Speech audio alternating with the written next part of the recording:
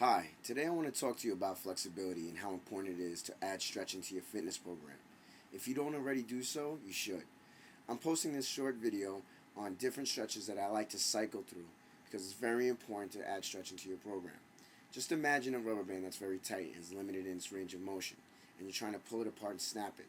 If it's too tight, it's not going to travel far, as opposed to a rubber band that's more flexible. The further apart you pull it, the farther it's going to travel. So take that same concept with your muscles. The further the muscle can stretch, the more force and power can be produced. Okay?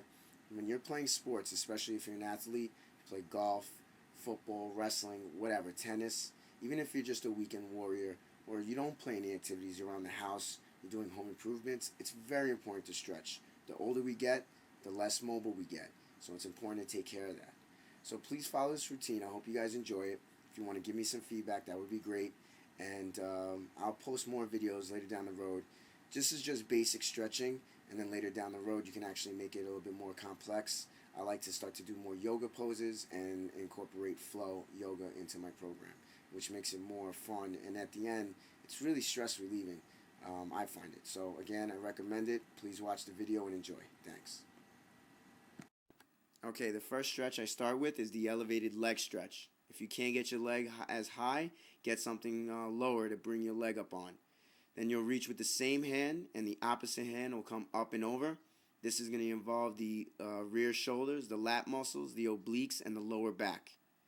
The next is the toe touch, and I'll use the strap here to help me, especially in the beginning when I was really tight. I couldn't touch my toes. I used it as an assistance, and then I was able to eventually touch my toes and then the floor. The next stretch I'm going to show is the sit and reach. Again, I'm using the band here as an assistance. You'll pull yourself close, and as you get more flexible, you'll be able to touch your toes. This stretch is great because you'll feel it run from your calves to your hamstrings to your glute to your lower back. Okay? This stretch, I use a rack system that holds equipment in the gym. If you can find something similar to help you, it's great. Then I'll reach over to the right, and again, this is great to involve the rear shoulders, the lats, and the lower back muscles. And it feels really good, and this is great to use for an assistance. And especially if you have lower back issues, it really starts to help get more mobile there. The next stretch is the traditional pigeon pose. Traditional pigeon pose, one of the legs comes in 90 degrees. Here in the video, it's going to be the right leg. And then I reach back for the left leg and pull that in. So the left leg, the hip flexion and the quad will get the stretch, and in the right, the glute muscles and the hips will get the stretch. Here is a variation of doing that. You'll notice I'll slide my left knee up forward just above my right, and then take the left leg and put it right behind, or tuck it right behind my right knee. And then I'm arching my back and slowly sitting into the left glute at an angle, so to speak. So take your time to do this because you might not feel it right away.